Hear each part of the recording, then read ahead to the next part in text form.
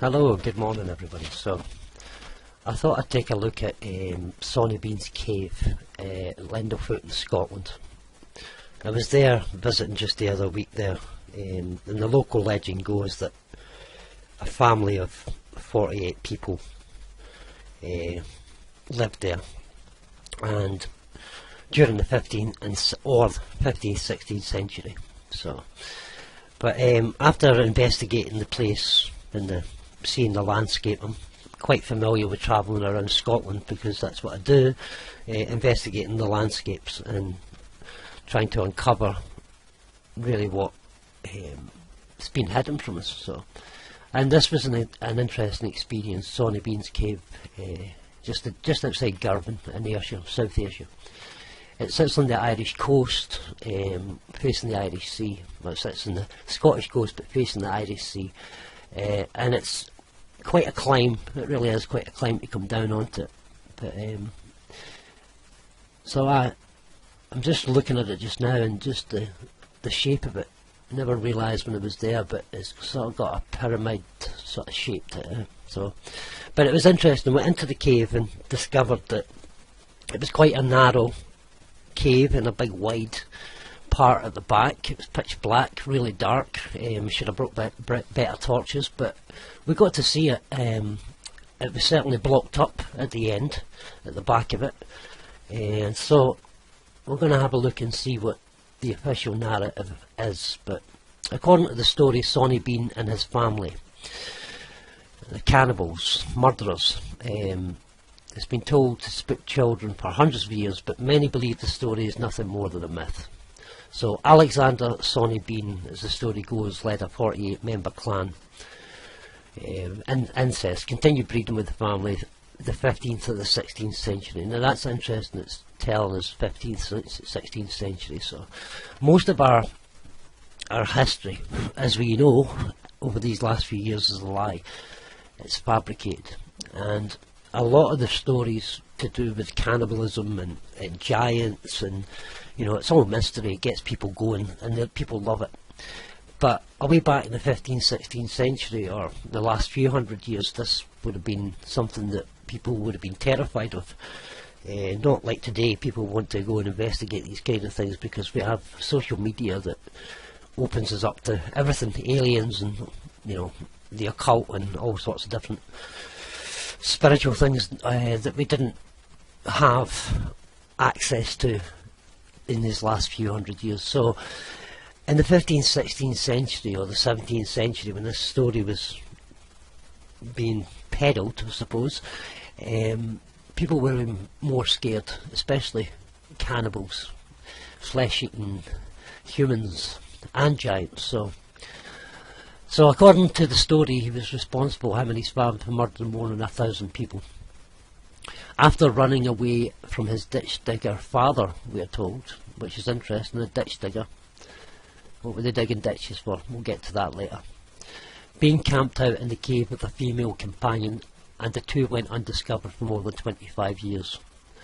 So, as the story goes, they would take people and throw them over the cliff. The women would entice the men that were travelling on the old byways, and they would coax them to the cliff and then throw them over, and then they would be eaten, or they would be enticed to come down into the cave. And once they were down in the cave, it's quite a steep climb down. Once they were down, there was no way of getting back up again, and they were soon eaten, we are told. So, but one night a party fought back, we're told here, and they found the hideout. After being captured, the clan members were taken to the toll booth jail in Edinburgh. Very interesting.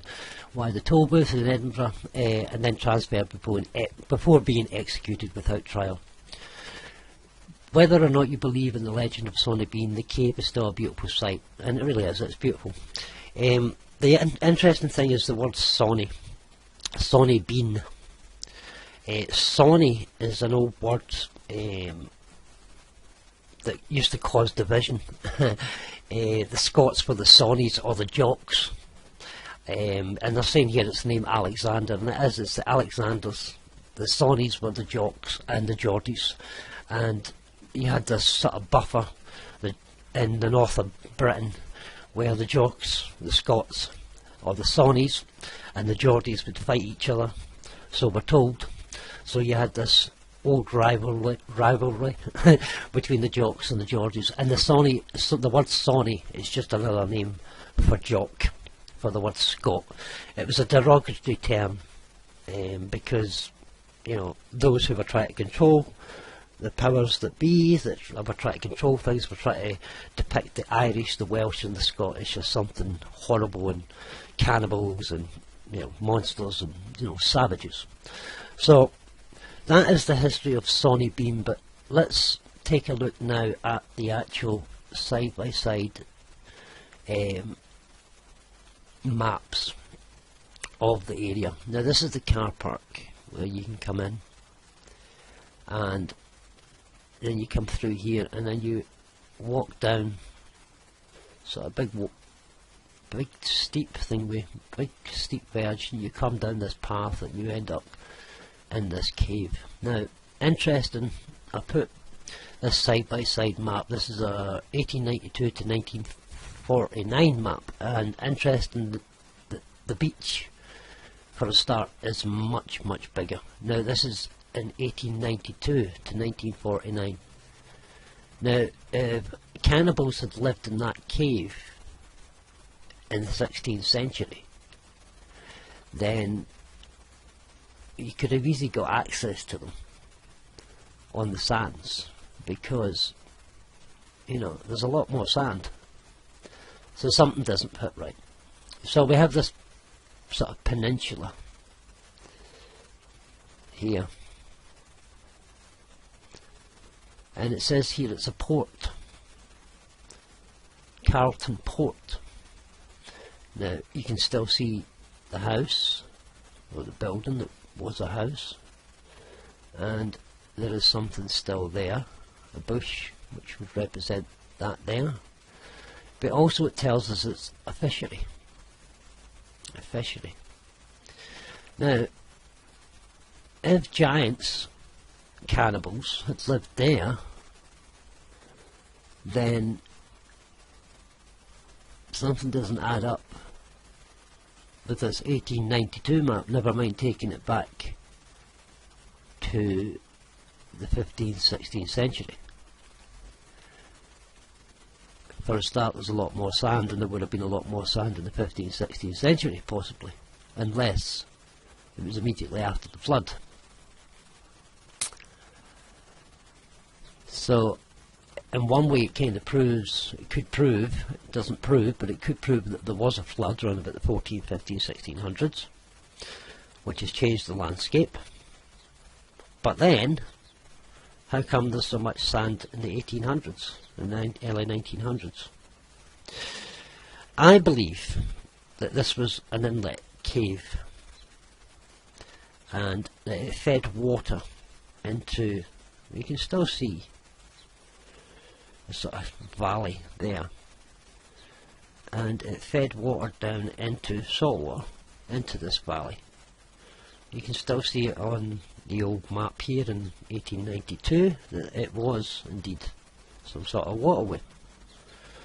So I believe that they've created the idea of a cannibal, flesh-eating monsters on the coast. I mean, it's an important coast because we're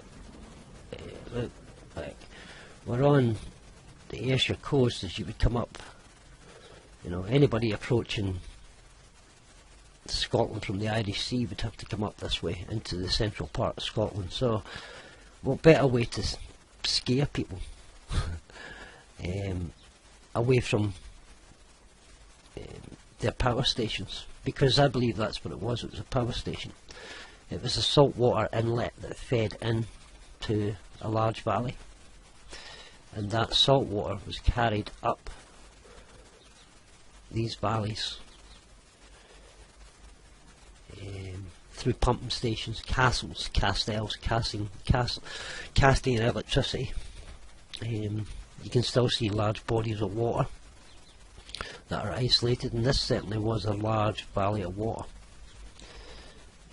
at one time, which Lendl Foot played an important part. So the whole Sawney Bean story is a story to cause division, to cause fear, mysticism, ghosts and ghouls. And of course many people go to the Sawney Bean cave now, and you can see they've done all sorts of hocus pocus and mumbo jumbo. There's bits and pieces left, and shells and dolls and little things lying about, you know, that have been pulled out by the sea, but people have obviously left them down there. So it creates a whole lot of mystery and negative energy when they create this story.